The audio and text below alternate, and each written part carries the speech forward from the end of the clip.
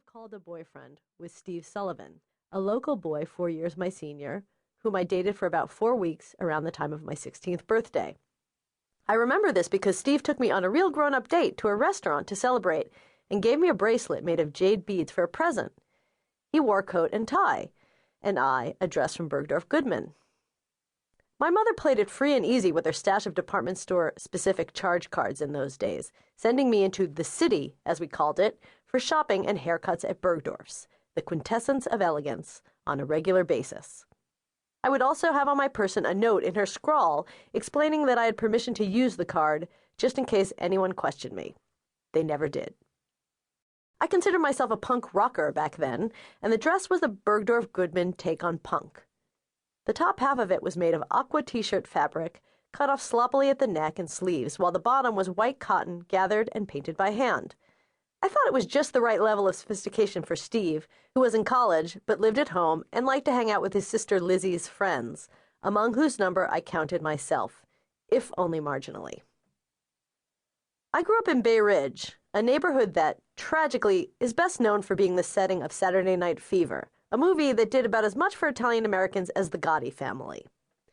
Although the film may have contained some truths, we like to believe they were Bensonhurst's truths. The neighborhood I knew had Irish families as well as Italian. My friends had real problems: divorced parents, parents who were alcoholics, or both, siblings who were addicted to drugs. But they didn't turn to the disco floor to get a sense of mastery over their troubles. They made jokes. Anytime there was a homeless-looking man walking down the street, my best friend in high school, Denise O'Day, would wail pathetically, "Daddy! Daddy, come home!" I still think this is funny. Denise and I would go to the Sullivans every day after school.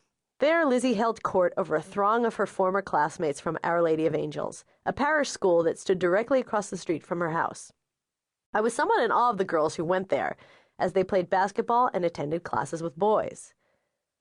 My primary education at Visitation Academy, an all-girls school run by cloistered nuns, situated behind big stone walls that wrapped around an entire city block, was a bit more precious and left me with no inclination whatsoever to dribble. Still, it was a fun group to hang out with, so hang out we did. Steve got a kick out of us while he himself maintained an air of superiority. He went to Fordham University and attended the ballet. He would argue with my father about the war in the Falklands.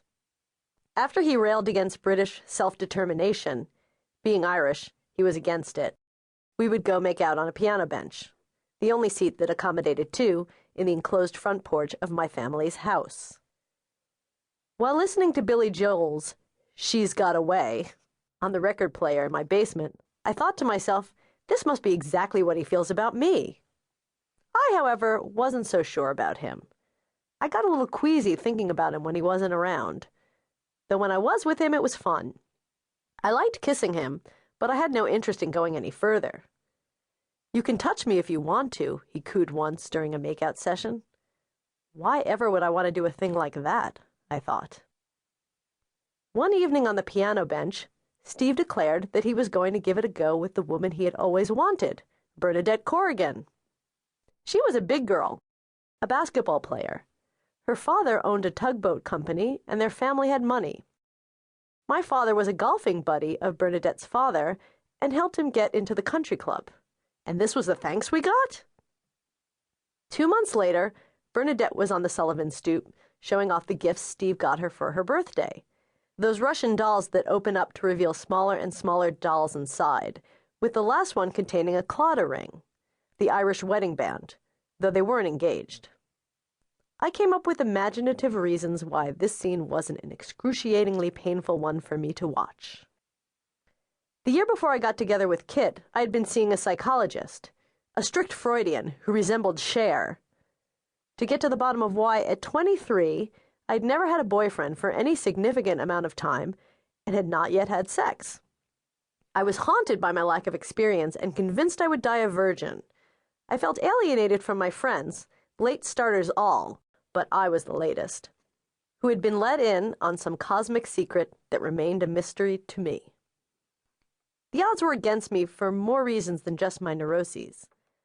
I'd gone to all-girls schools until college, and then to Sarah Lawrence, where the female